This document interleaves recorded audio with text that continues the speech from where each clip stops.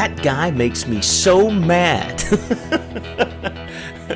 That's one of the biggest lies anybody ever told themselves. My name is Brian McIntosh. This is the Daily Dose. And we hear that said all the time, don't we? That guy makes me mad, or that gal makes me so frustrated, or that job just makes me so irritable. Getting up early makes me this. Something makes me that. I'm going to give you a short and sweet one this morning. Nobody makes you do anything. Your emotions drive your actions, your attitude, your expressions, and the energy you give off to other people. Now, we know this because if you've ever gotten around somebody who's really pissed off, you know immediately, and you don't want to be around them, right? It's scary almost, right? So we know if you've ever gotten around somebody who's really depressed, it's obvious. It bleeds out of them. That energy comes off of them. So your emotions, what you're feeling, affects the people around you. And people will be attracted to you if you're emitting good, positive energy. Well, pissed off, frustrated, sad, depressed, that's not positive energy. That energy is energy born of negative feelings is going to be a negative energy, and that repels people. We want to attract people. If we want to build successful businesses and have great relationships, so we want to attract people, not repel them. So we have to learn to control our emotions. But folks would say to me, Brian, that thing makes me so mad. No, it doesn't. Do you know what makes you mad? You do.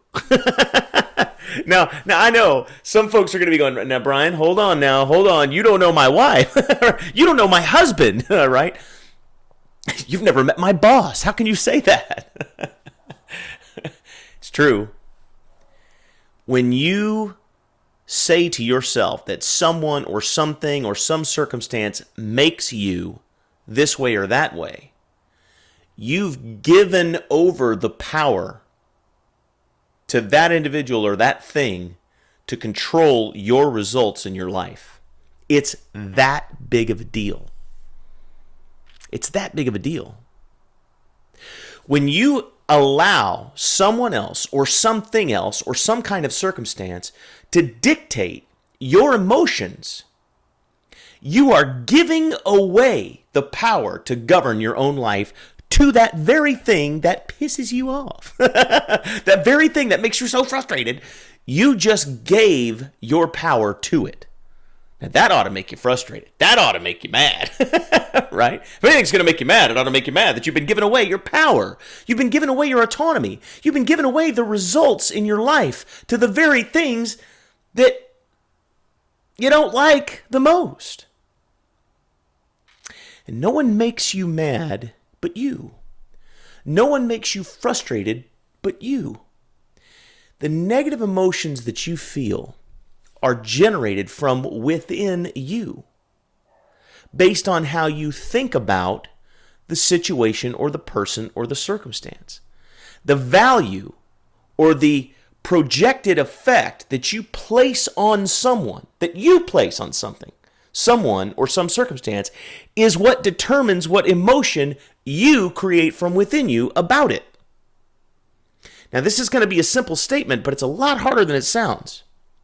Start thinking differently about those people, those circumstances, and those things. For example, if your boss frustrates you a lot, start saying to yourself, he's an idiot. What's that got to do with me? Right? He's the one that's got to live with himself. Imagine how his spouse feels. Right? In other words, stop allowing that person to get you angry and just go, you know what? The person is who he is, or she is who she is, and I'm not going to be able to do anything about that, so I'm not going to let it affect me, right? Or if it's a circumstance, maybe you're having hard financial times. Instead of dwelling on it and how bad it is, maybe you need to start turning things around and say, you know what? Here's the great news. I got nowhere to go but up. Everything that happens from here on out is going to be an improvement. It's only going to get better. And you start thinking about it that way. And what that does is it changes your emotions. When your emotions change, your attitude changes, your language changes, your body posture changes, everything changes. And you begin to get different results in your life.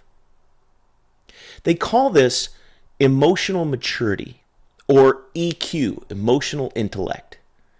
And it's been shown in study after study after study after study that the most successful people in the world, the main determinant of their success was not their IQ.